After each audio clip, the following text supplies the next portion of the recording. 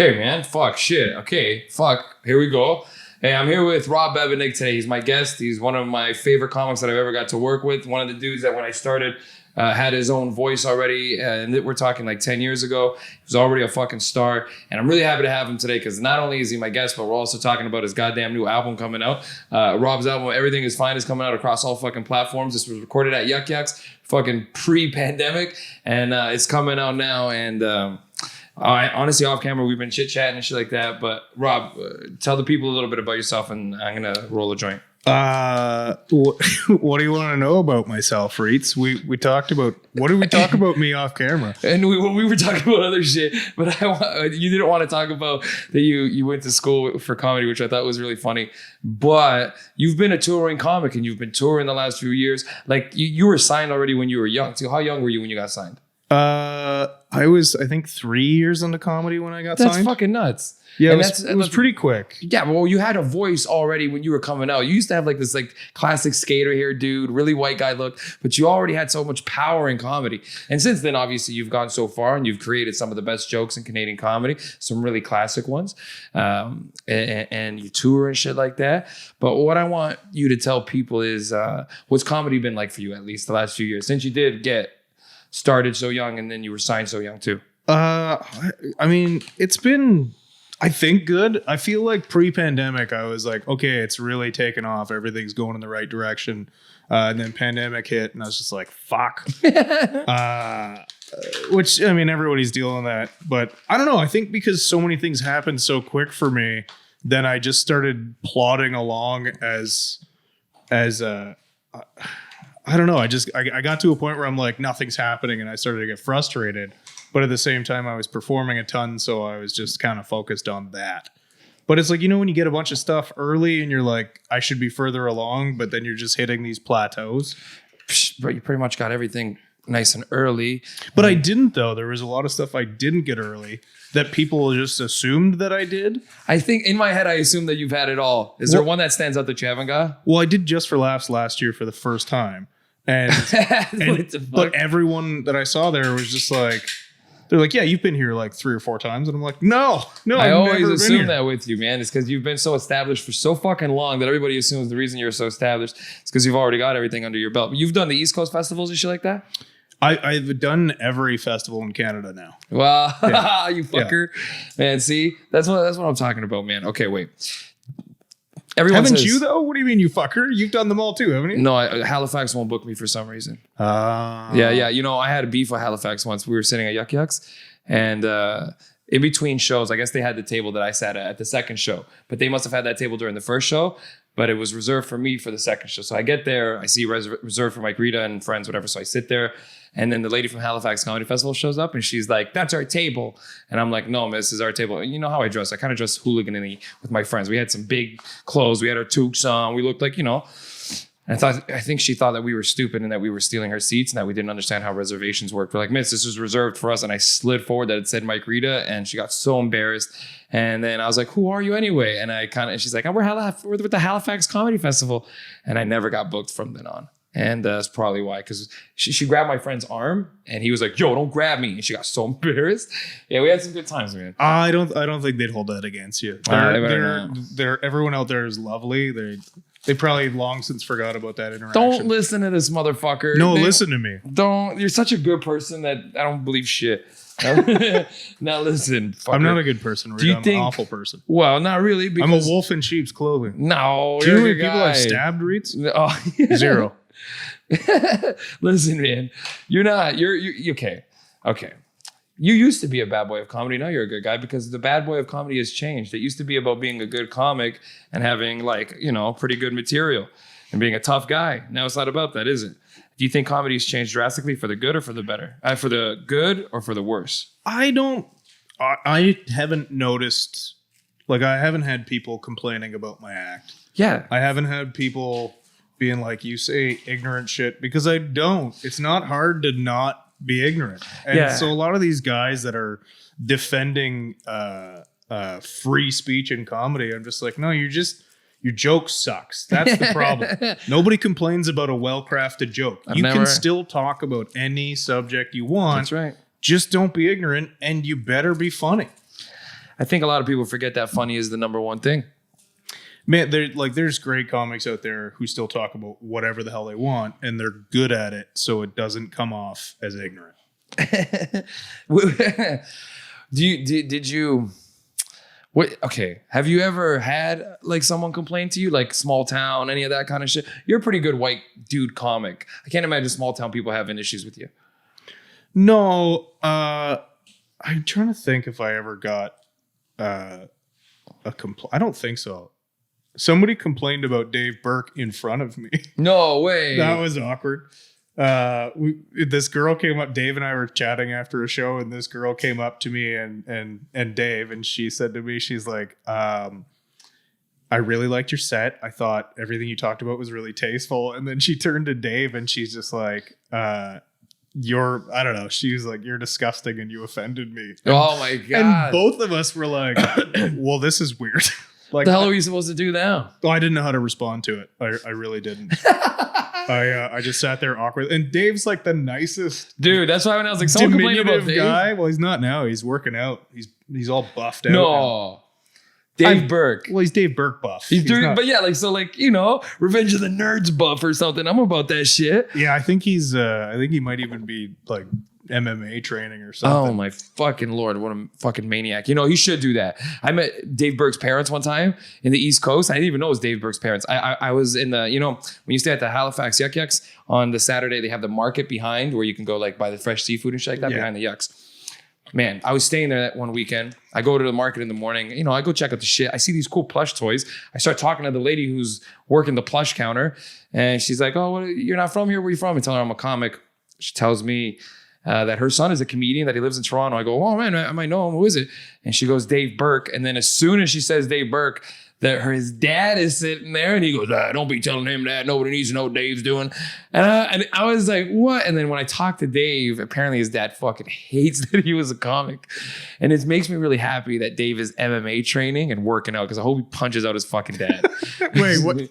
Back up for a second. What were you? But you're a grown man. Were you buying plush toys? Yeah. So it was like, were you buying them to give to a child, or were you just like, I like that? They were. I love that was what's stuck in your fucking head. They were little monsters. So like the one that I bought had like 4 arms and 3 eyes, and it was all creepy and shit. But that's what Dave Burke's mom was selling. I know, it's just fucking nuts. That's pretty amazing. Yeah, I know. I wasn't at first gonna buy the fucking plushie. I bought the plushie because I thought it was cool that this old white lady was selling these monster plushies. And then it turns out it was Dave's mom. I am a sucker I have to buy shit if I know there's a story now. Like I bought a cork fucking wine topper just because the guy said it was driftwood. I was like, oh fuck, I'm such a fucking loser. I can like shit like that sticks with me forever, man. Did you buy seafood and cook it in the condo there? No, man. Fuck that. I bought like 3 fucking lobster rolls for like $15-$16. One of them had bacon in it. It was crazy. And I just fucking went back and when I'm in the East Coast, I'm so fucking lazy. I'm lazy all the time, but I'm extra lazy when I'm East Coast, man. I just order crawn fucking seafood. Okay. I can't remember his name right now off the top of my head, but there's the manager who's like a black dude with the afro. Do you know what I'm talking about? He's big dude, and he loves the comics. That guy's an absolute beauty. Dude, I couldn't tell you his name to save my life. Oh, I know, I can't tell. Man, I think it's Will or some shit like that. Man, that's not ringing a bell, but it could be. I only met him once because I've only been back out. Do you remember years ago when Pavone and O'Brien and I went out there? When you guys were like an energy tour or something? What was that shit? No, it was just literally we were like, you would lose money to go out and play Halifax and Newfoundland. Yeah, you would. So the way I pitched it to Jess at Yucks at the time, I was like, let me go out with OB and Pavone so that I can treat it like a vacation. It'll just be fun and I don't care about the money. Yeah. But that was the last time I had played that club except for at the Halifax Comedy Festival. So I haven't been back there to just do a club weekend in 6 or 7 years. And I was booked to play there like 2 weeks after lockdown. And I was going to play with, do you know Colin Hollett? Yeah. I was going to go there and Colin was going to come out from Newfoundland and host it. And that's a party weekend. Yeah, that's a party weekend. That guy's fun, man. Yeah, I've never worked with that dude either. So it was just like...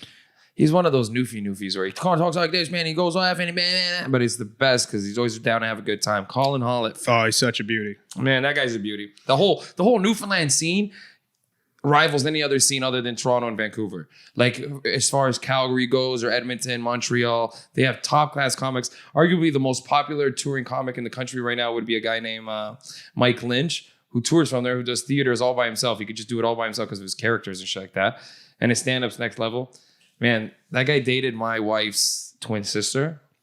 And he was a close friend of mine for a long time. I paid that guy to dress up as Cupid once. Who, Lynch? Yeah, Mike Lynch. I paid him to dress up as Cupid and shoot a bag of weed from a dart at Danielle, who was living in Newfoundland at the time. This guy showed up in fucking a giant diaper, shot her with a fucking thing, handed her wine and a box of chocolates, lost it. Fucking the man. Shout out to Mike Lynch for dressing up as Cupid back in the day before he was famous. That guy is a beauty. That's a real beauty. That guy's the most humble dude, and he sells out theaters. I can think of 100 comics from the city of Toronto that if they even sold out one theater, it would go right to their head and they'd be the biggest pieces of shit you ever seen in your life. Well, there's a lot of people here, so there's a lot of pieces of shit as well. I mean, the scene is so big here. There's a lot of pieces of shit. Man, fuck. What you've been in comedy long enough, and you're like a semi pretty alpha dude. You're humble and really nice, so you're not like kind of a mean dude, but you're very like strong. And have you ever had an asshole comic try to flex their chest at you? Yeah, well, there's a couple guys when I started, and it was usually like older guys, and they would try and big dog me, but I'm not very easily intimidated. Like. Yeah, you're your own big dog. You're not a fucking little pup, bro. But I also think that shit's childish. Like, of course it is. Only because you've become a good comic and you're not going to flex on some younger comic to be an asshole. Well, it's just like it's a small industry. It's fucking petty to do that. I remember all the guys who were shitty to me coming up. Oh yeah, and I remember all the guys who were good to me. Remember, and I won't name the shitheads, but like guys like Ron Jossel, he was so good to me when I was a garbage open micer. I know. Gilson Lubin was so good to me when I was a garbage open micer. The best. And I remember shit like that, but I definitely remember the guys who were shitty to me. And I mean, some of them are usual suspects, you know, without naming them. I can think of all of them right now. Yeah. Man, being a Canadian comic is one of the funniest things. We are not even respected around the world unless you're really into comedy and you really understand how many comics we've pushed out there into the world. And then we also don't respect each other. Like it changes with guys like you and I, where we're not scared to be nice to the younger comics. I had to run a show for years where I just booked younger comics. And that was actually a nightmare. I found all the guys who were shitty were guys that were worried that you were going to take some of their pie. We did take their pie too. Whereas guys who were good, we're just like, yeah, I'm doing my thing, you do your thing. There's room for us all to make money here. Man, I didn't even want any of their fucking pie so that they couldn't complain. I made my own pies. I went after the weed crowd, the immigrant crowd, all that fucking You weirdos. did. You really carved out. You carved out a niche in a place in a time where you really do need to carve out a niche. I think that's been the hardest thing for me. I don't have a niche. How the fuck are you supposed to find it? You can't find it if nobody allows you to, bro. I got lucky because Brian O'Gorman and Hunter Collins allowed me to find this little weed niche market, and then I just fucking ran with it. What do you got there? Is that Hunter's shirt? Hunter Collins shirt. Hunter Collins makes his way into this. I haven't had him as a guest yet. Fuck, I gotta have that guy. That guy's a maniac. Yeah, he's another diamond. Holy shit, man. There's almost nobody better in Canadian comedy than Hunter. You couldn't find someone who's got maybe like a drunk story of Hunter Collins, but they don't got a bad one where he did something bad to them, you know? Well, no, it's just another guy who doesn't need to be shitty. No, that's right. He carves his own path. Usually when someone's shitty to you, it's because, they got their own shit going on. There were guys that started like a year before me and tried to big dog me, and I'm just like, but you suck too right now. You came up in a crazy time, a time where people were coming out fucking firing as young comics, man. You, Pavone, Woodrow, Matt O'B, the bonus. Oh man, there's like a whole little Chris crew. Robinson. Oh man, we literally all of those guys started at the exact same time. That's crazy. But it was good. It pushed us all to be better. That might be the best class of Canadian comics ever, arguably ever. And I was lucky because I show up a year or two later. I'm already watching you guys as a teenager, like 16, 17, sneaking in yucks and shit. I still remember the first day you came up and introduced yourself to me, and it was at Fox and the Fiddle. Oh man! And you knew like you knew my name, you knew my jokes, and you knew all the people that I like ran with, and I was like, how the fuck? Who is this guy? And how does? And you were complimentary and nice, and I was like, I like this guy, but I don't know how the fuck he knows everything. Listen, man, I started showing up to comedy shows in Toronto at 16 years old. Because I loved comedy, I would drag my high school friends out to come watch. And I would watch you guys at the Yucks Tuesdays and Wednesdays. And I knew that the Tuesdays were the college kids, the Wednesdays were the amateurs. But I remember seeing people go from Tuesdays to Wednesdays and being like, cool, that guy's he's doing it. Oh my God. And I remember watching you guys become Wednesday comics all the time, become amateurs. And then and by the time I became a young comic at 18, I already knew all you guys. I was huge fans of you. I was a big fucking nerd. I'd show up at shows and be like, hey, I know you. And you guys would all be like, I'm only been doing comedy for 2-3 years. Yeah. I'm nobody. How do you know me? I'd be like, you're Rob Bebenek. Oh, you do the joke about it. Oh, yeah. I think you might have been one of the first people who came up to me and was like, I know who you are as a comedian. And I was like, okay, man, but I ain't shit. So. Oh, yeah. I'd see you guys at Vapor Central and be so happy because I'd have to sneak into Vapor Central. Vapor Central was 18 plus or 19 plus, and I wasn't allowed in, but I'd sneak in all the fucking time. I'd say I know the comedians, and the guy would just let me out the door. And I didn't know the comedians. I just knew you guys. And oh, man. Oh, fuck, man. So you're like a bona fide comedy fan. Yeah, I am. I'm not. I hate stand-up comedy. See, you know who else surprises me with that is Keith Pedro. Keith Pedro fucking hates stand-up. He's like, I never watched stand-up. I didn't give a fuck about stand-up. I don't watch stand-up at all. There's like a handful of specials I'll watch, but by and large, I just don't care. I don't want to. Man. And I mean, don't get me wrong. I love stand-up comedy. Of I just course. don't love other people's stand-up comedy. Man, that's a comic thing, though. I'm sure if you were to ask Richard Pryor, George Carlin, a million great comics throughout, they're like, I don't even like barely any of my peers. And it's not that I don't like them. I just can't watch them. I don't care. I like my peers more. Like, I'm running the Tall Boy show now. Every Did Thursday. you have a Tall Boy show before? Somebody had a Tall Boy show. Well, I had a Tall Boy show briefly, and then I'm terrible with promotion, so I didn't promote it very well, and I didn't put the effort in. But now I got people helping me promote it, and that works because it's a pandemic. Like, I just have insane lineups right now. Amazing, yeah. People just dying to do comedy. Like, my show this week is Mike Wilmot's headlining, Keith Pedro, Chris Robinson, Courtney Gilmore, and Nick Beaton. That's my lineup. Man, Nick Beaton, holy, that's another one of that crew. The crew, that was a part of that crew, that young crew back in the day, 2008. Yeah, he was a couple years before me, I think. Yeah, but he was like East Coaster, right? Yeah. Him and Nathan McIntosh. That's their own crew. He's 2 days older than me. No way. Yeah. Yeah, he was born December 29th. Man, Nick Bean has aged fucking terribly. Jesus Christ. Nick Bean is a 40-year-old librarian, not a fucking, dude in his 30s holding it down. What are you, like 33, Nick, if you're listening 34? to this, I love you. What are you, 33, 34? No, 37, buddy. I always think that you're much younger than you are because you got that good young skin, bro. I started comedy late too, so I think that throws people off. I was almost 26 when I started. No. Yeah. I always feel like you were so young, man. No, I just had long curly hair and a you baby looked face. Young. Yeah, you looked young. I did. People see that picture of me that's the one. And they're like, oh, what are you, like 16 here? And I'm like, no, I'm 20. I think I'm almost 27 in that picture. Holy Christ. Yeah. Okay. All right. We're getting okay. All right. So we're getting carried away here. No, someone's asking me to ask you something, man. They want me to talk to you about football. Okay. What about football? Why am I talking about football? That's why you started late. Oh, it's all coming together, man. Okay. Well, we got a producer's note mid-show, and I'm really happy that we did. That's not why I started late. No, I want in on it. I go run with it. This is good. What happened with football? Did you fuck up your leg or some shit? You one of those dudes? Oh yeah, I fucked up my leg playing football. I tore every ligament in my right knee, but I was You were one of those dudes. I was one of those dudes. But I don't know. What's that guy who almost made the NFL a few years ago? Jesse fucking McMahon or McMasters or something? I don't remember. Oh, no. I know exactly what you're talking about. He went to McMaster and it was what was his name? Something Jesse something. Yeah, he was I can't think of his name. He was Jesse he was fucking Ian Gordon's roommate in college. No fucking way. Yeah. I can't remember his name. What's his name? Now he's on the Canadian Olympic bobsled team. Yeah, exactly. You couldn't have, know exactly what I'm talking. Big giant white dude, bro. Yeah, he tore his ACL in camp playing for Washington. That's exactly what happened. Poor dude. He led the CFL in rushing. He got a tryout. Jesse Lumsden. Jesse Lumsden, We got it. dude. We got it.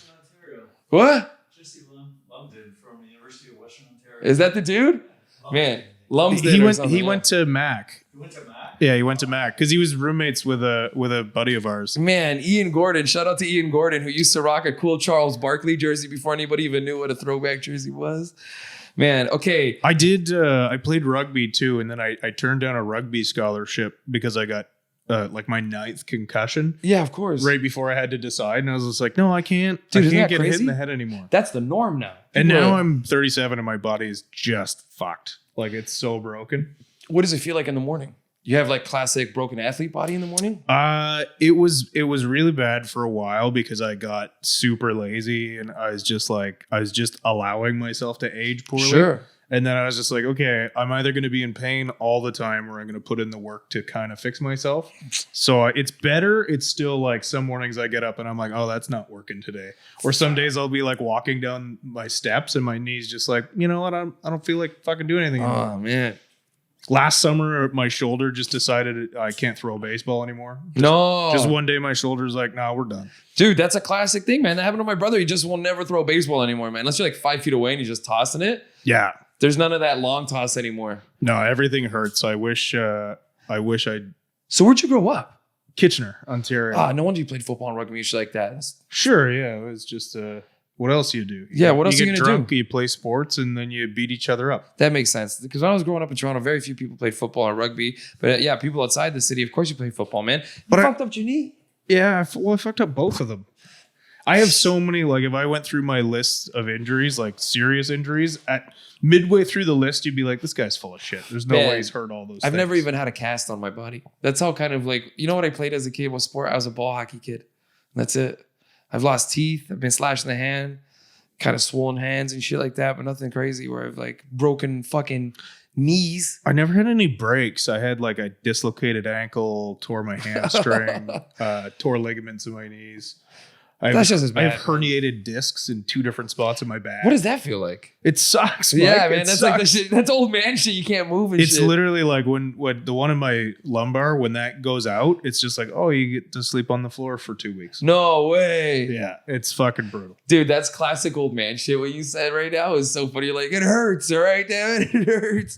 Man. Okay, wait. I wish so. I was a bit of a chameleon in high school in the sense that I played sports, but I didn't really hang out with.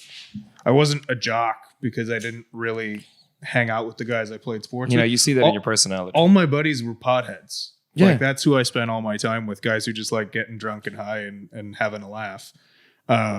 So it was just like, and I also like, I don't know, I was in Drama Fest too. So I never really had, like I had my friends, but I didn't have a specific crowd I like to. And I think that's the only reason why I've kind of been able to adapt to the comedy world. Because I think you can be too much one way or too much the other way in this comedy world. I feel like people almost condemn you in stand-up comedy if you're a former jock. Yeah, of course they condemn you because they're all nerds. And they don't want There's a lot of nerds in comedy. Comedy's 90% nerds, a couple of jocks, and a lot of the people at the top weren't jocks, weren't me. They were just cool dudes. Cool people who just fucking made it, you know? I mean, yeah, because you come off as that alpha. Sounds good. You come off as alpha, but you're not. You could be if you needed to be in a situation. Could you defend yourself? Could you stand up for yourself? Blah, blah, blah. Sure. Sure, a guy attacked me in the pizza place under my building a couple years ago. No fucking way. And I literally threw him through the wall. Of course, bro. Fight or flight, man. You're a guy who's done enough. You know, you're hardened enough. Well, yeah, in Kitchener, all you do is fight growing up. So you know, it was good to know I still got it because the guy just cold cocked me in the face at a pizza joint. And I was yeah, just you gotta like, look at the size of your jaw. That guy's hands all fucked. And I was like, all right, well, I'm going to throw you through this wall now. And I felt bad for the pizza place because I literally put a giant body-sized hole in the wall. Idiots. I hate people who try to fight in public places like that. I got punched in the head one time by a crackhead at McDonald's at Dufferin and DuPont. And there's no walls to put him through. Everybody just, you know, it's just awful, man. Just, yeah. Violence is never the answer. I was violent as a teenager, too. Lots of fighting in the hood. Well, I think a lot of shithead teens are. Like, there's no consequences back then, but okay, man. I haven't done anything like that unless I've been attacked since I was a I teenager. would never want to fight somebody. God, what a fucking awful feeling it is to fight somebody. It does. It sucks. Afterwards, you just like you don't feel good. No, man, you have all that extra adrenaline. You can't sleep until like 3 a.m, 4 a.m, because you're replaying every fucking punch in your head. The next day you wake up and you finally get to feel everything after the adrenaline's gone and you're sore everywhere. Your neck hurts, the back of your head. You didn't even know you got punched and it hurts. Yeah, getting punched in the face doesn't hurt at the time. It hurts like the next day. Oh yeah, man. The next day when you try to open your eye or eat or something like that, man, we used to get in like 5-on-5 fights. We grew up in the hood. And you would show up with all your homies, and you'd have to fight another guy. And it was I remember every time walking up to a fight thinking, why the fuck am I here? My mom told me a million times never to hang out with these idiots. This is fucking why. My mom's voice would be the one always in my fucking head. And I got punched in the face a bunch as a kid. I got knocked out one time with a pool ball. Guy hit me in the head with a pool ball. That's no good. I called him a princess at a pool hall. That'll set him off. And I was like, shut up, prince. I swear to God, I used to shut up, princess. And apparently, buddy followed me out the back while I was going for a smoke and hit me in the back of the head with a pool ball. I actually don't remember any of this. There's a great video my sister has on an old flip phone somewhere in our house where it's me in the hospital. And I ask her 5 times in like a minute, why am I here? It's such a trippy video because I don't remember any of it. It's just me in the hospital going, why are we here? And she goes, because you got hit in the head, Mike. I go, okay. So you just triggered one of my favorite fight stories ever. Give it to me, man. That happened at a pool hall. It didn't have anything to do with me. Oh, fuck. It was only a couple years ago. So everyone already had smartphones at this point in time. Fuck, that's fucked. But this sums up Kitchener, okay? Now, if a fight breaks out anywhere, now every single person around has their cell phone out. Yeah, of course. So I was at, I had done a comedy show in downtown Kitchener, and then I went down the road to play pool with my buddy Lewis. And you know the local spots? Not really anymore. I haven't lived in Kitchener since I left home at 18. So fuck. So it's not even the same place anymore. No, but a lot of my old buddies are still there. So, Thank God. So we went and actually we weren't even playing pool. We were playing darts in a pool hall. Nice. And then all of a sudden this fight breaks out.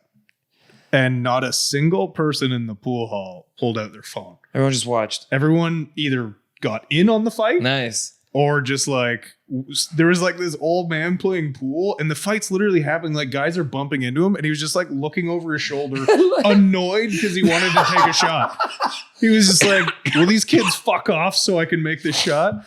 But I was just like, this is so Kitchener. Nobody has a phone out. People just want action. They're like, let's do this. Dude, fuck that, man. Nothing better than a good rumble that you're not in. Nothing better than a good rumble that you never want to see someone get hurt. You just want to see someone. There's a very exhilarating thing that happens when you watch someone catch a punch to the face and not drop. You kind of like when Jose Bautista took that shot to the chin. Oh no, that one's devastating because you're so deeply rooted for the Jays and you hate Odor so much, but he lands such a clean. He hit him right on the button, and I can't believe Bautista stood up. You ever see Bautista's neck? Man, okay, man. You know, I got a weird. That's still story. A shot right on the button by another professional athlete, full force. You're kind of running into it too because he was kind of doing. Oh man, you know, Batista. At the end of the day, he doesn't go down. Odor gets props for that zap on the chin, man. He got him so good that when you slow it down, you actually see Batista's face do like the knockout look, you know? Oh, there is a moment where like there's just a haze in Batista's eyes, and I'm like, oh, that rung his bell a bit. Oh, but he didn't. But he didn't go down. I know, man. You think Encarnacion would have gone down? Yes, I know. I think 90% of the guys in the league taking that shot on the button would have gone down. I think Aaron Loop would have been done for the rest of his career. That little soft, no neck motherfucker. Have you ever seen the old clip of Mike Matheny taking a pitch in the face? No, man. Oh, man, that's classic. I love Mike Matheny. Obviously the name, but okay, tell me about this Mike Matheny pitch. So you can YouTube this. If you start typing Mike Matheny, it autofills to ball to the face. He takes a fastball to the face. To the front? Like side? To his mouth. Oh, fuck. And he stands there for a second, like stunned, spits out some of his teeth and starts walking to first base. Wow. Like he didn't even, and they're like, guys are like, Mike, you got to come out of the game. Your bleeding face is smashed in. And he's just like, no, I'm fine. Like, dude, he's different type of human once upon a time, man. Yeah, this is got to be late 80s, early 90s. Those guys, what it took to get to the majors, through going through the minors, those bus drives, those shitty fucking. I'm so happy I grew up in a time where I caught the last group of degenerate athletes. Yeah. Like there's still fuck ups now, Oh, man. but I'm talking like pure, like guys have to take care of their bodies now to guys don't give a compete shit. with all the other. Like Guy Lafleur used to drink cognac on the bench. What a fucking trip. Like these guys used to smoke. They'd go into the hallway for a smoke. Like some of these guys were just gifted athletes who didn't give a shit. Isn't that incredible? No training, just like I'm better than you. Can you at this imagine thing. an athlete having a cigarette like during the intermission? That would be unbelievable. These guys didn't wait till the intermission. They'd come off a like line change. Yeah, line change and go have a dart. Lafleur, you have 2 minutes. Get that Demorier in you and out. Oh my God, man. And these guys put crazy points up, man. You see them dipsy doodle through center ice and shit like that. You're like, these guys are all fucked up. Yeah, I miss like true degenerate athletes. Like remember when David Wells was drunk and threw a no-hitter? Like that's amazing. Yo, David Wells looks like a drunk uncle who just out of nowhere can throw this, that dirty little curve, a nice fastball down the middle, man. John Kruk, like you tell me that guy's an athlete? No, man. John Kruk could just smack the piss out of a ball. He had no other skills, and he obviously didn't take care of himself. I like those guys. They were my favorite athletes. Man, these guys, I'm trying to don't get me wrong, I still love watching sports, but these guys care too much about themselves. They're too precious now. Yeah, that's not how sports are anymore. I'm trying to think of who's a really precious athlete nowadays who tries to come off as a bad guy. And the first guy comes to my head is Bryce Harper, who's like, he's like, I'm a bad boy. Then you see him like he's like a Christian tied up guy with like these goofy glasses. Like, yeah, me and my wife here just believe in Christian values. Like, shut the fuck up, you puss. You deserve to get anybody on the Houston Astros. I just love all of them getting fucking pinned. Oh, Joe Kelly's my new favorite. Oh, Joe Kelly talking shit, walking away, kind of flexing like a chicken. Like, shut the fuck up. And I love when you can read the mouth and they're just going, shut the fuck up. Shut the and oh man. The Astros dodged a bullet with the pandemic because there's no fans to destroy them right now. Dude, I made that joke in my head. That I was like, man, the Astros must have released COVID when it happened because no one's talking about the Astros. Because it was like, it's like a week later after they did that shitty fucking press conference where Buddy's like, we're the champs. We won. It's over. Let's just get on with it. And then everyone who like lost to them on the way in the playoffs, like, what are you, nuts? I don't think the fans will forget. Like as soon as fans can come back to the stadium, people are going to be on them again. I can't. We should all go watch as Toronto. Even though there's like a tiny Toronto moment where that guy, you can hear a couple little bangs. That shit's kind of cool, actually. I love those videos where you can distinctly hear a bang before a curveball or a fastball. You're like, holy shit. Well, do you see Altuve's batting average too? Come on. He's batting like 143 or something. Yeah, of course. He doesn't know. I'd always wonder, how does this guy know? How does this guy know that fastball's coming? This 5'5", tiny little fuck who has to put everything he has as a human into that swing to connect with those 95s, 96 that he does. Second deck in Houston, hits that fucking brick wall. Get the fuck out of here. He knows, man. He knew. He knew they were all coming. They all did. The whole "don't rip my shirt" thing. Come on, you never seen that. Those guys, I just hit a home run. Let's go rip my shirt off. You should. My wife doesn't like me without my shirt. 20 photos without her shirt. Yeah. Oh man, and I love Altuve because he's so little. He's kind of cute. He's like a Marito Lopez of baseball. Woo! Well, at first, you kind of like you root for the little guys. I liked them. I liked Houston. They were so impressive. They're like a video game team, and then you learn that obviously they're a video game team. They're tipping the pitches, and I'm cool with that. I wish the Blue Jays could tip pitches and shit. I wish we had tip pitches against Kansas and Cleveland in 2015, 2016. If I knew that we were doing that and we had won anyway, it's too late, bro. Parade already happened. We already celebrated. I would have felt dirty. I wouldn't have liked it. I don't give a fuck. I don't even like I'm a diehard San Francisco 49ers fan. When there's a guy on their team who's a piece of shit, I'm just like, I don't care how good he is. I don't want him on the team. Okay, man. Okay. But wait. I can't root for a shithead. But did you ever hear that the Blue Jays were doing that in that playoff series? They had the man in the outfield or whatever it was, or the man in the white shirt. But that was the rule. You're allowed to signal pitches. You just can't use electronic devices. Yeah. So there's like a guy watching, from somewhere, man. I thought that was so fucking great because even though we didn't win it, that was still pretty great. I love sports conspiracies, man. I love the air punch, the Muhammad Ali punch that doesn't connect. It knocks, what's his name out? It's not Frazier.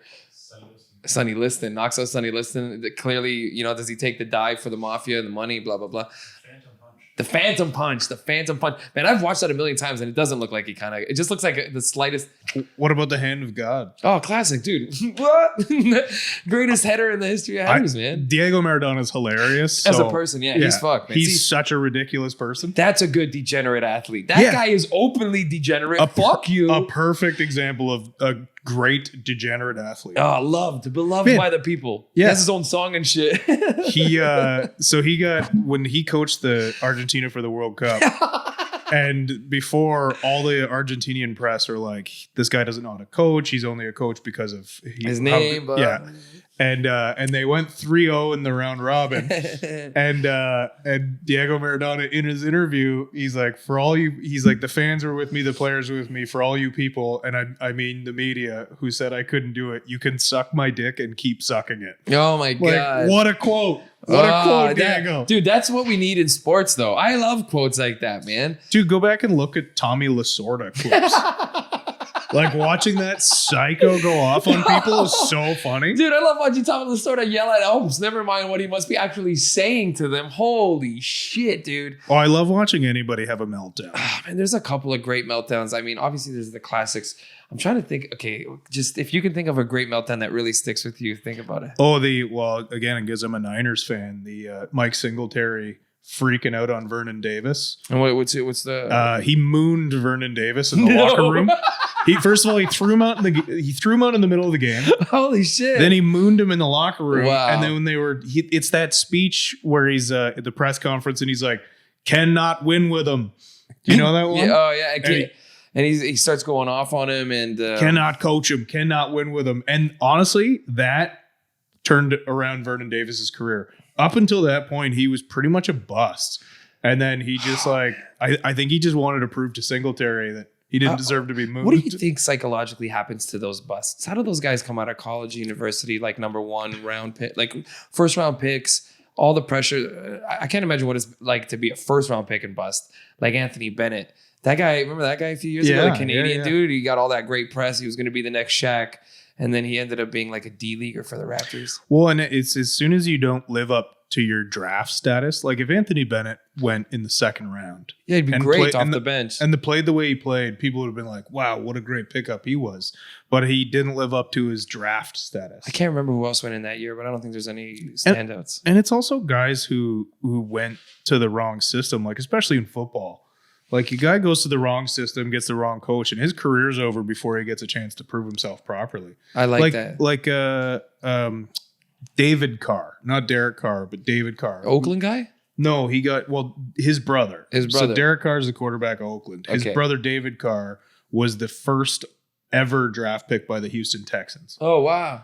That guy was incredible. He was supposed to be great. He just got sacked like 5,000 times because the Texans didn't have a great team behind them. Well, they were an expansion team. Yeah, they were garbage. So that guy just got beat up and his career got ruined. Man. And there's a guy who you could label him a bust, but it's not his fault.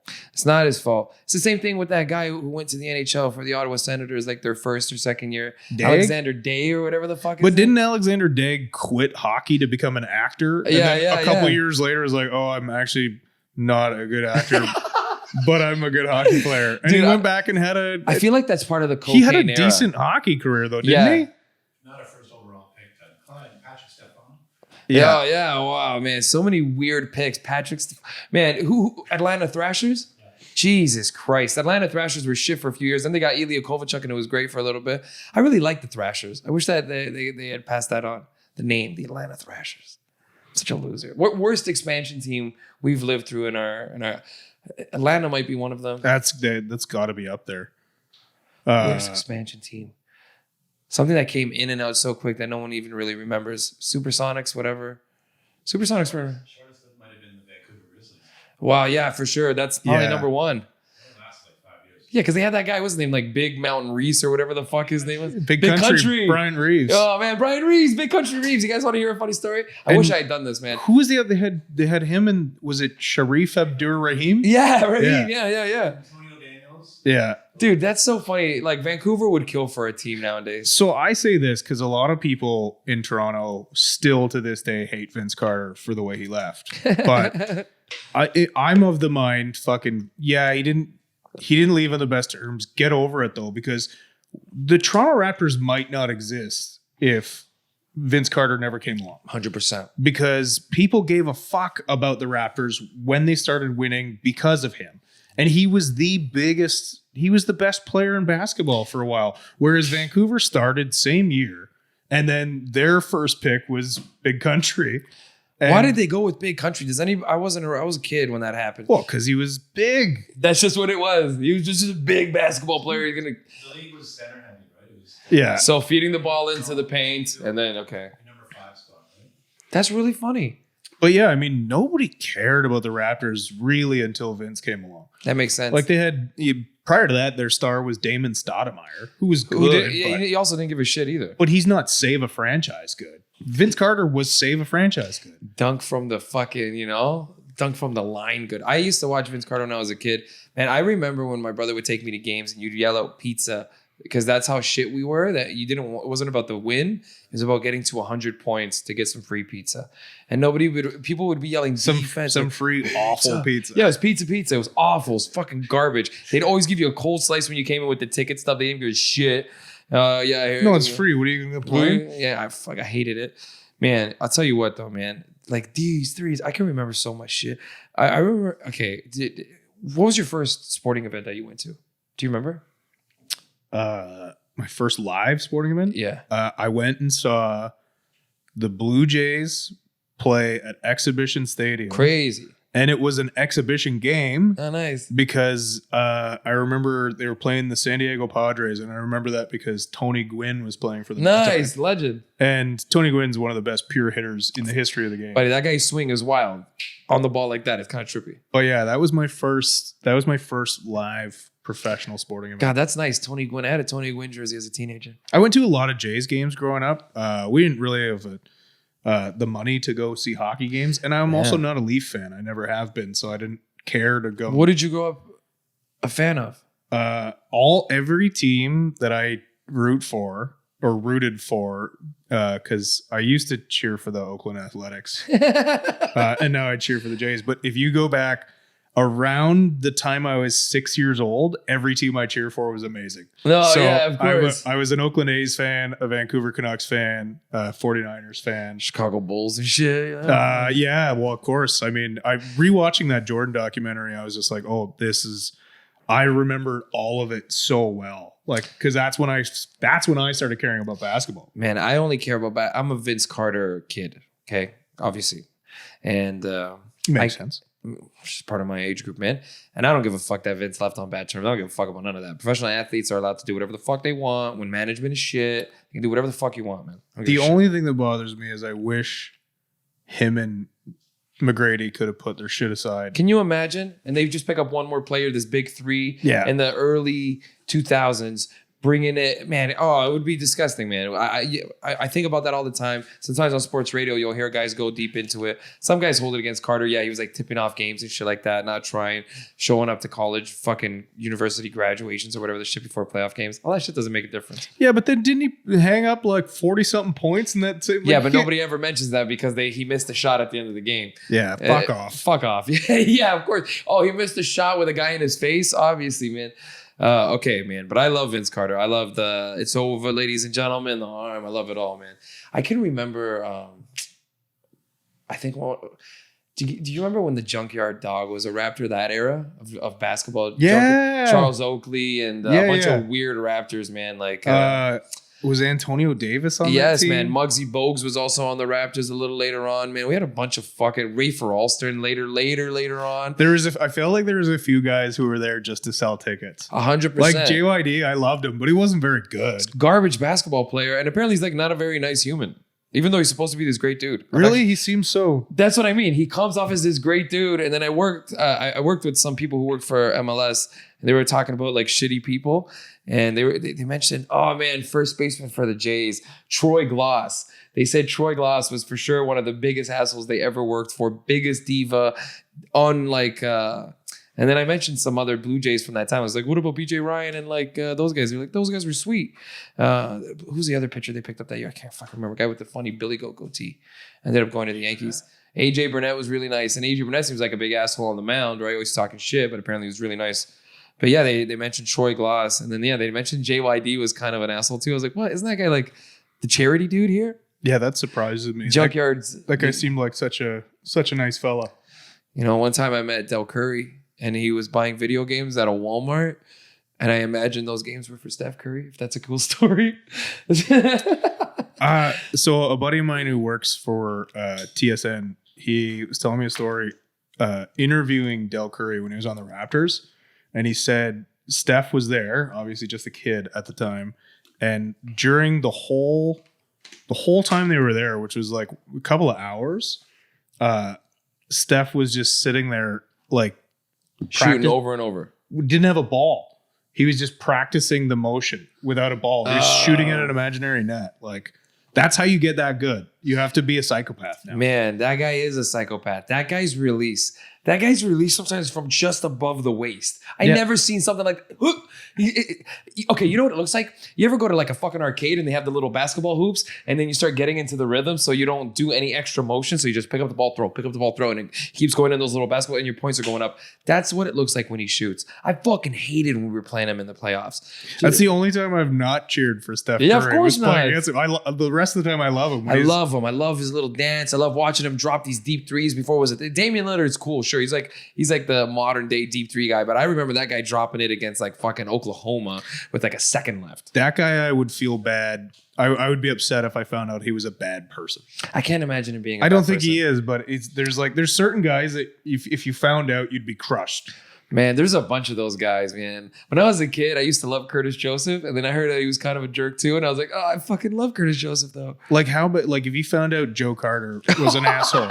He can't be. He does those commercials, and he's always smiling, Joe, and dude, touch them all, Joe. I was only like 2 or 3 when that happened, and I still cry when I watch it. Watching Torontonians, people that are like, you know, my people in the audience just fucking shaking each other. He hit a fucking walk-off home run to win the World Series.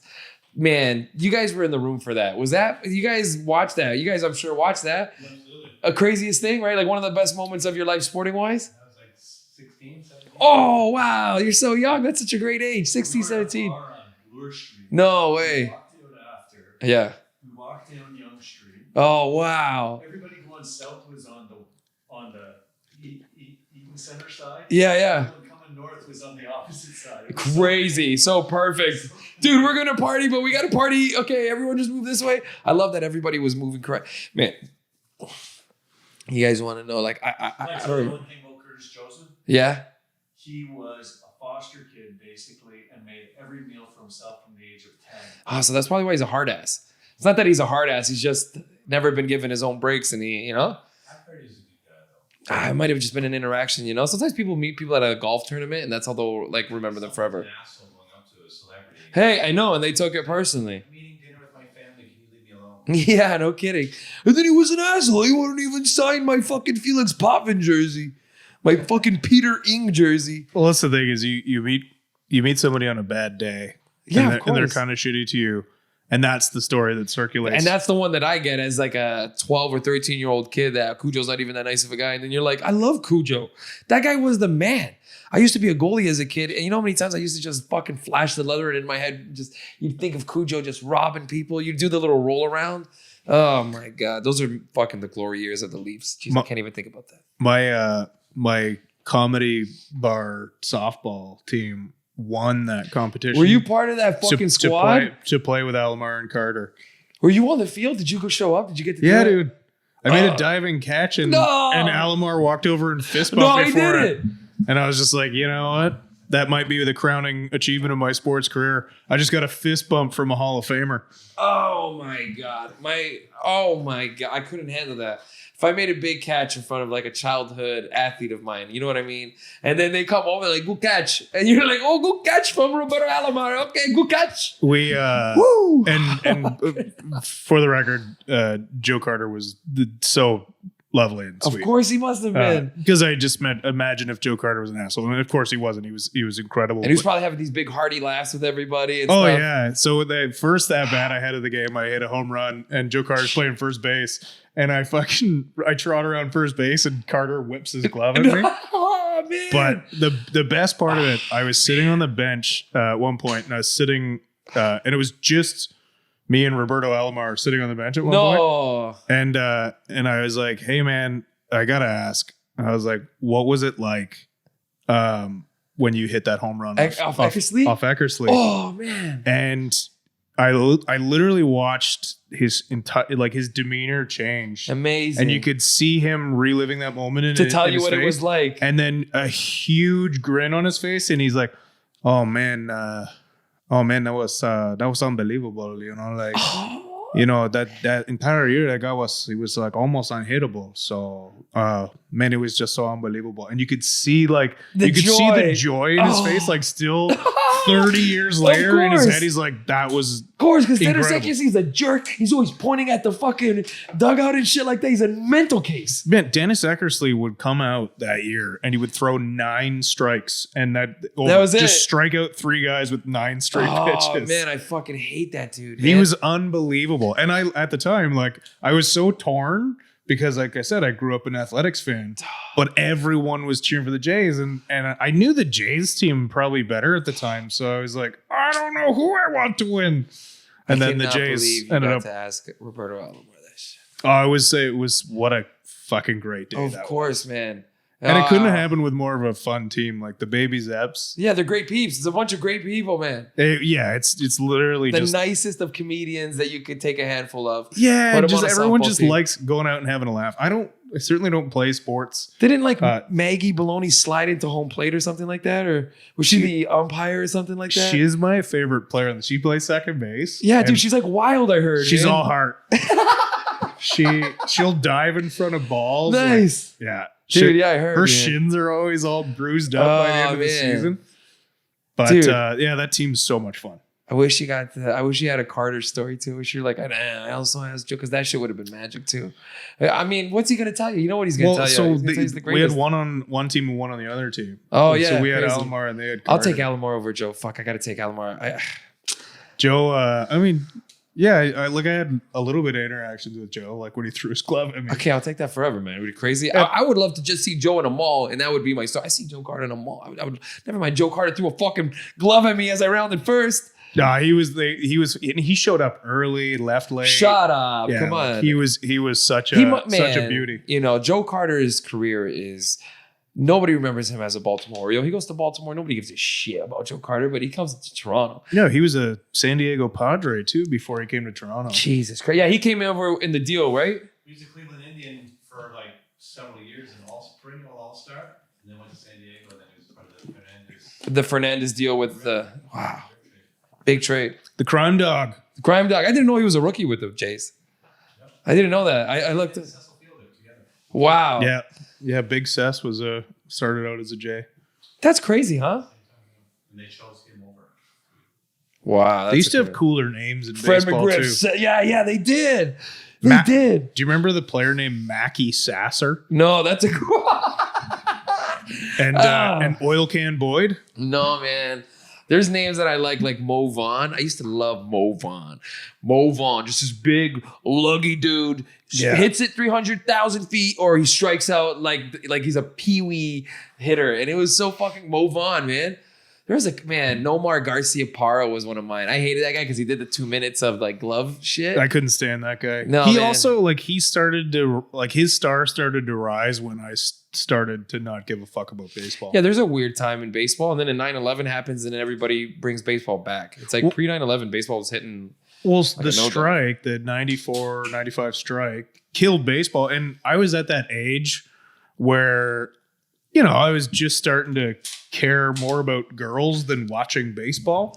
So I didn't watch baseball again really until the McGuire Sosa home run race. That's great though. That's a good Steroids saved baseball. I don't care what anybody says. I would love to have steroids in baseball, like a small amount of steroids. Let's go. Nate Pearson, fix that elbow. Fucking let's go. To be honest with you, I don't give a fuck about steroids in baseball. Go ahead. Why would we care? It's entertainment for us. We're not the fucking athletes. We sit at home and I want to watch a 500-footer hit the fucking top of the dome. Yeah. Whoa! I mean, that literally steroids saved baseball. You can talk as much shit as you want about how steroids was such a pockmark on baseball's history. Fuck off, man. No one cared about baseball until two guys chased one of the oldest records and then just everyone gave a shit about it. Man, how do you not think Mark McGuire's on steroids that year? The guy's just it's like he's so stiff. His home runs are so fucking stiff.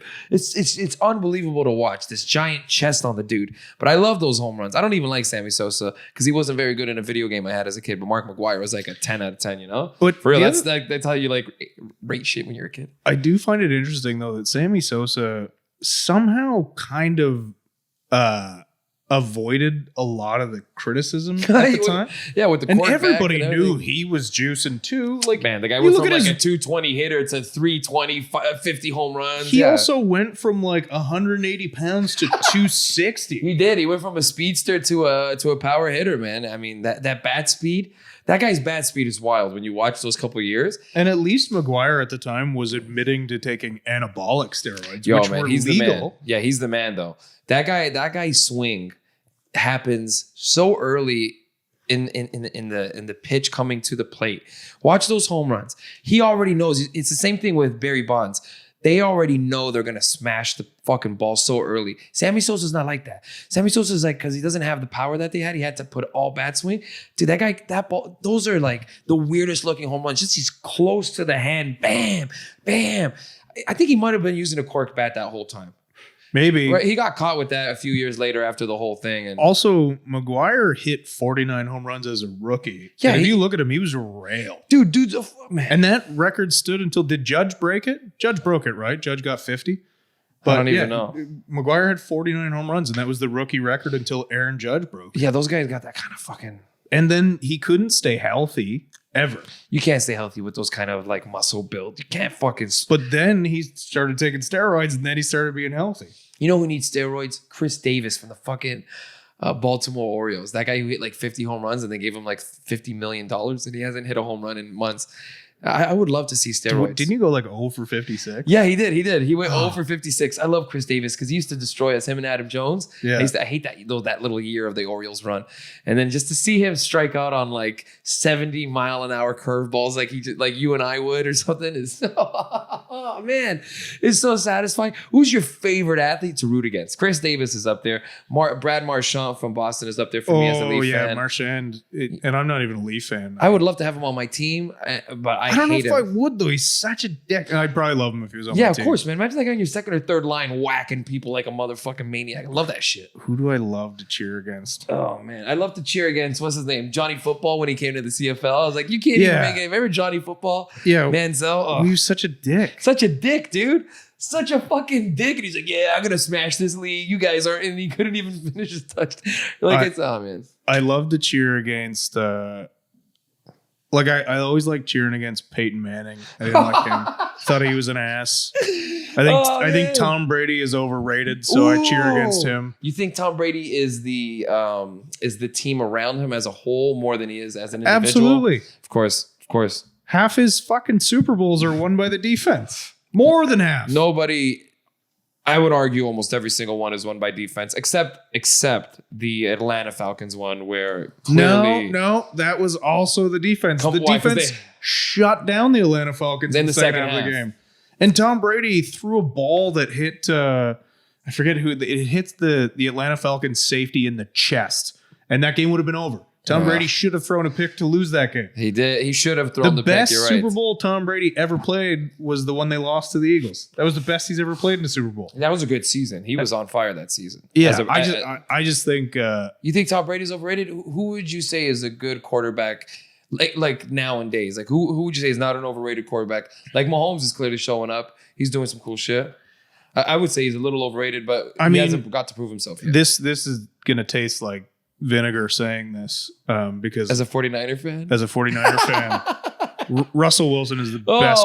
He's the best quarterback in the league. He's better than Patrick Mahomes. Are you saying that because of his choice making? Like when it comes to like what he does on the field? I'm saying that because for years he has had a garbage football team around 100%. And he carries them to the playoffs every year. And he gives them a fighting chance in the playoffs every year. Patrick Mahomes, not knocking him, I do think he's fantastic, but his team is incredible. Yeah. His team is great. They have a great team top to bottom. Seattle Seahawks have a garbage football team, and Russell Wilson drags them kicking and screaming. What's the name of their coach? It's fucking Pete Carroll. Pete Carroll's antics, bro. That guy's funny, man. I love football coaches. I love rooting against Pete Carroll. I hate his face. Yeah. He's got that. He's always chewing gum with his mouth open. Yeah, right. He's got that face, dude. He's I want to punch his face so bad. Pete Carroll, man, easy to hate, super easy to hate. You know who I love is the Raiders coach. I can't remember his name right now either. Gruden, dude. I love Bill Belichick. Come on. I love Bill Belichick. No, you don't. He's an absolute mastermind and a complete prick, and it's all calculated and it's all smart. I love him. He's the best coach in the history of the game. I would argue he might be the best coach in sports ever. He might be. Okay. How do you keep a football team in the playoffs for 2 decades in a row? Using pretty much the same quarterback the whole time. Yeah. I mean, look, the last Super Bowl that Tom Brady won, he was garbage in that Super Bowl. Can we think of a dynasty off the top of our heads in football that's like that? What do you mean? That 20-year runs, like the Steelers or something? Nobody's had a run that long. No one's had that kind of stuff. The Cowboys had a long run in the 90s. The Niners had a long run in the 80s in the first half of the 90s. Of course, Montana. The Steelers and the Dolphins both had great runs, but 2 decades is unheard of. 2 decades where you're almost considered the winner or the most likely to win for a good portion of those years too. They were the favorites a lot of those years. Yeah. And look, I don't think Tom Brady's a bad quarterback. Whenever I say Tom Brady's overrated, people freak out and think Tom Brady sucks. I just don't think Tom Brady's the greatest quarterback of all time. Ooh, spicy take. I love it. I fucking love it. I don't even think he's not top 5. Oh my God. Spiciest there, take I said of it. That's there, crazy. I said it. Okay, come on, man. He has without question, he has the best resume in the history of football. Yeah, no one's gonna argue that shit. So okay, on and off the field, am I right, man? But seriously, that's not even. Okay, top 5. I'm kind of being a prick. Number 5, I know. Give him number 5, bro. All right, he's number 5. He's the 5th best quarterback. Are you like a Terry Bradshaw guy or something? You're like one of those guys? You like the glory years of the cold football games and shit? Well, people think because I'm a Niners fan, I think Joe Montana is. Everyone's going to say. I think Joe Montana is the 2nd best quarterback of all time. I think the best quarterback of all time is Dan Marino. Oh, my God. And the only reason people don't put him up there is because he never won a Super Bowl. But go back and look at his rosters. Why don't you tell me the other Hall of Famers he played with? I can't even. I swear to fucking God. There's none. The answer is none. I can't even think of a receiver. There's usually a guy who's teamed up, bro, with the quarterback that becomes famous. He put up 5,000 yards in an era when hitting 4,000 was crazy. And only 20 years later, when they changed the rules entirely so that you can't hit a quarterback and you can't touch the receiver, did anybody get up to 5,000. And he did it. He did it in, I forget what year he did it, but the game was so much different then. If he had today's rules, he'd easily throw for 5,500 yards. Dude, I can't even think of his team, his dude. Right? Like Favre's got Freeman. Brady's got a whole string of them. Yeah, he had like Irving Fryer for part of his career. I don't even know who the fuck Irving Fryer is. I can't even put a face to Irving Fryer. He did have a couple of good receivers. Yeah, but there's like somebody who loves Dan Marino out there. He's like, come on, guys. Yeah, I'm sure there's somebody. I mean, how many Hall of Famers did Tom Brady play with? That's what I'm saying. How many times did his defense carry him to it? And those 2 Super Bowls they lost to the Giants. They put up 14 and 17 points. Is that incredible? Is that the best, worst quarterback in the history? Not Peyton Manning, but his brother, the other shitty little Eli Manning, the little weirded Manning. Is that the best, worst quarterback ever? No, he's just a bad quarterback.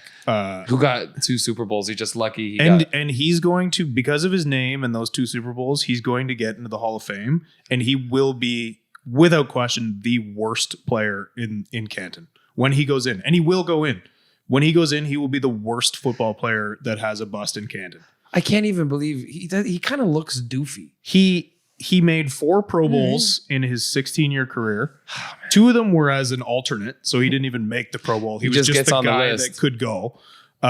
He never once led the league in any major statistical category, except for interceptions, in which he led the league in twice. Hey, Eli. He by and large was a bad quarterback for the most part of his career. His most famous throw is almost a miss. His career completion percentage is lower than Jameis Winston's. No. He was a shitty quarterback. And the only time he won was when they had an incredible defense. I like Winston because he's kind of like this little wee quarterback that everyone thought he was like. He's like the doof dog. What do you call those dogs that come out last that everybody hates? Like a mutt. He's kind of like a mutt football player. Like, yeah, you're good, but you're not as good as the other guys. Have you seen his pregame E to W speech? No, man. If you watch it, there's no possible way you could like Jameis Winston after that. It is the worst hype speech I've ever heard. Of course, he's a mutt of a he's the bottom, but he's like this good mutt dude. He was like, today we're gonna eat a W, and then he makes a W with his hands, and then he starts pretending to eat his fingers. And I'm like,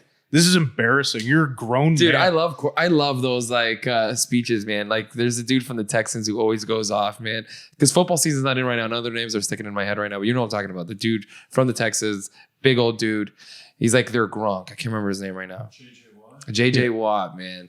And he always does those like, we're gonna get out there. We're gonna show these guys what we're gonna do. How we're gonna eat your kids. We're gonna eat the families. Let's get the wow. I love that fucking shit. But he also does it. But he's like such a good Christian boy. So is he one of those guys? So they don't sound. I don't know if he's a Christian boy. He probably is one of those. But he's a good boy. So his speech kind of comes off lame. Oh, you know what? I didn't know. I thought he was. I mean, I always think these guys are badasses because I never look into it. So JJ Watt's like a little fucking Bryce Harper, right? Like one of these guys. Like, no, I don't think. I think JJ Watt's actually a good person. I think Bryce Harper's actually a shithead. Yeah, he's a turd. I think he's a turd, man. I think Bryce Harper's the biggest turd in baseball. I don't think he deserves any of the money that he got. He's no better than like a fucking. He's like a Teoscar Hernandez or some shit. I mean, that guy. Now who's coming with the hot takes? Look at their numbers. Look, you can hate a guy. You got to give him some. I'm not gonna throw him under that bus though. You're Teoscar Hernandez. All right, maybe. Bryce Harper is one of my. I fucking wish they hit him every time. There's a couple of guys that I just fucking hate like that. Chris Davis, Hayseed. Rugned. Oh, Rugned's shit because he always hits homers off the Jays too. As soon as you're hating on him, you're like, look at this piece of shit. Opposite field for the little man. Yeah, son of a bitch. Oh man, I'm trying to think of so many people that I used to hate, man. I can't even think of anybody anymore. I used to hate Ty Domi, and he played for the Leafs. Like I hated him as a Leaf. I hated Darcy Tucker. Oh man, Darcy Tucker's shit, yo. He's a garbage hockey player. Yeah, and he's like, oh man. And Leaf fans made me hate him because they're like, oh, he's so good. I'm like, no, he's not. He's terrible. He got 16 goals and he got into a fight. Darcy Tucker's got 5 more minutes. Listen, you want to hear a crazy quick Darcy Tucker story? I never met him. I don't know the dude. But one time I was buying earrings for my wife at we were going to like some fucking jewelry store in Yorkdale. And I walk in and the jewelry guys are talking. Somebody's doing well. No, I can't remember what it was at the time. I wanted to say Tiffany's, but I don't think it's Tiffany's. And this fucking shit, the guys are talking about a Leaf player that came in, and the guy said, all-time great. A Leaf all-time great, Darcy Tucker was just here. And I remember hearing that and nearly fucking puking in my fucking mouth. Yeah. All-time great. You want to hear a crazy story? Remember Alexander McGillney and Shane Corson? Did you ever hear what happened between those two guys? Yeah. Buddy fucked his wife and shit like that. Everybody knows about Isn't that crazy? Yeah. Isn't that good old hockey beef, man? Buddy fucked his wife. I mean, that's pretty shitty, but also, from not being part of it, it's pretty funny. It's pretty funny. They're teammates and Buddy fucked his wife. What during about Steve a playoff Nash? run? Did you ever hear what happened to Steve Nash's wife? I don't think so. Bro, Steve Nash, he's not with his wife anymore. She gave birth to a black baby. Shut up. You're making that up. No, man. Steve Nash's kid. Is he making this up? I'm not making that up, man. Steve Nash divorced his wife a day. Okay, this is how great it was. I looked up. Okay, Steve Nash one day, I see it on the news. Steve Nash celebrating birth of his newest son with wife. Next day, Steve Nash has announced that he will be divorcing his wife. So I go onto these blogs. Is this real? Yeah, man. I think it's Quentin Richardson or something like that. Fucked his wife. The baby came out black. No, it got no press on purpose. He tried, like, man, hush, hush. How embarrassing. Nobody ever talked about it. He just divorced his wife silently because the baby that came out that he left to go be part of came out black. Steve Nash, Canadian legend, has a black baby. Well, no, he doesn't. He doesn't. No, not anymore. That's fucking wild. That's a wild one, huh? I know, man. No, that got no press on purpose because I think he's a decent person and nobody wanted to embarrass him on the news like that. Steve Nash's wife gives birth to a black baby. Like, it just destroyed this. It's the suicidal level of shit. Jeez. Yeah. Check that out, man. He divorced his wife a day after. And the reason was because the baby came out black. Or light skin, clearly. But, man. Well, I don't think he has any ill will towards the child. It was probably because of what the wife did to have that child. Yeah. Quentin Richardson, apparently. So I think it's Quentin Richardson. I might be wrong by the name, but I know it's something like that. And that was such a great. There's so many great, man. We should have got more into sports conspiracy. That was like the best part of the fucking whole podcast. It was the last 20 minutes. We're like, man, sports are fucked. Okay, yo, Bebs, that was fun, man. Did you have a good time? I had a great time, buddy. That was not bad, right? Yeah, it was good to see you again. Yeah, man. That was nice. Okay, yo, guys, if you're still listening, you fuck nuts, just listen and check out Rob Bebenek. Rob is spelled like what you think it's going to be, GTBLR, and then his last name is spelled Bebenek, BEBENEK. I knew that I had to look at that. There was no way I was going to get that right. Bebenek. You guys know me for 11 years. You think I'm going to fucking, off the top of my head, BEBENEK? You know, I can spell Mike Rita. You fucker. I took the time to learn your name. And then hey, all right, Bob Rebnick. Dude, that was the best, man. That was great. And thank you for everybody listening. Thanks for coming, Robbie. I hope everybody listens to your album. Man, you're the best. Thanks so much, dude. Thanks, buddy. Yeah, man. We're going to roll the credits now. We have these long fake credits that we just roll right now. And then now there's no sound and it's just us talking. So we just keep pretending that we're talking. And then we're talking, and we talk about the Sound news. I'll do this. That's quite a touch. That's quite a touch. I'm about it. Let me get a photo. Oh, yeah, I forgot. We need our fucking episode something. Yeah, you got to get this one out quick. 1, 2, 3. 1, 2, 3.